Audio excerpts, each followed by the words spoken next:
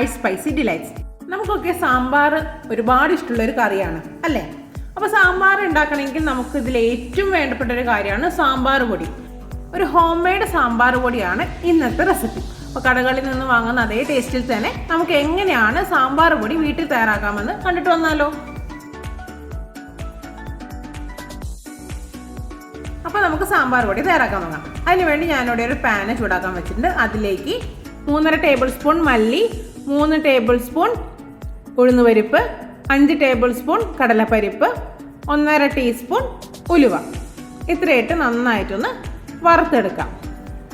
കരിയാതെ medium ഫ്ലെയിമിൽ വെച്ച് വറുത്തെടുക്കാം കേട്ടോ.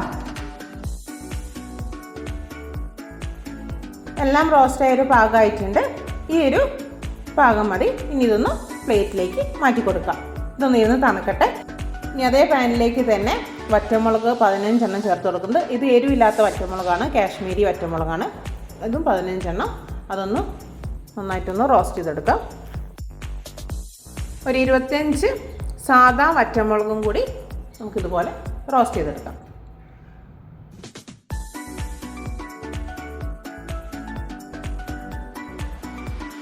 ഇനി ഇതിലേക്ക് 3-4 തണ്ട് കറിവേപ്പിലയും കൂടി ചേർത്ത് കൊടുക്കാം.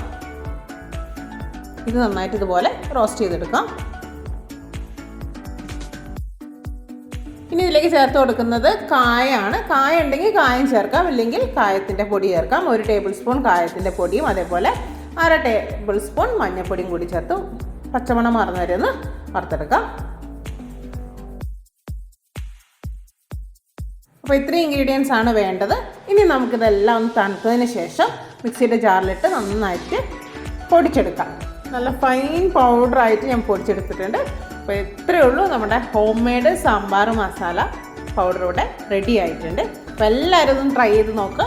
ട്രൈ ചെയ്ത് നോക്കിയതിന് ശേഷം നിങ്ങളുടെ ഫീഡ്ബാക്കും കൂടി ഒന്ന് അറിയിക്കണം കേട്ടോ. അപ്പോൾ വീഡിയോ ഇഷ്ടമായാൽ ലൈക്ക് ചെയ്യാനും അതുപോലെ മാക്സിമം ഷെയർ ചെയ്ത് കൂടി കൊടുക്കണേ. എൻ്റെ ചാനൽ ആദ്യമായി കാണുന്നവരാണെങ്കിൽ ഇതുപോലത്തെ ഈസി പീസി റെസിപ്പികൾ ഇനിയും കിട്ടാൻ വേണ്ടി എൻ്റെ ചാനലൊന്ന് സബ്സ്ക്രൈബ് ചെയ്തോളൂ. അടുത്തൊരു വീഡിയോയിൽ പുതിയൊരു അടിപൊളി റെസിപ്പിയുമായി നമുക്ക് വീണ്ടും കാണാം. ബൈ.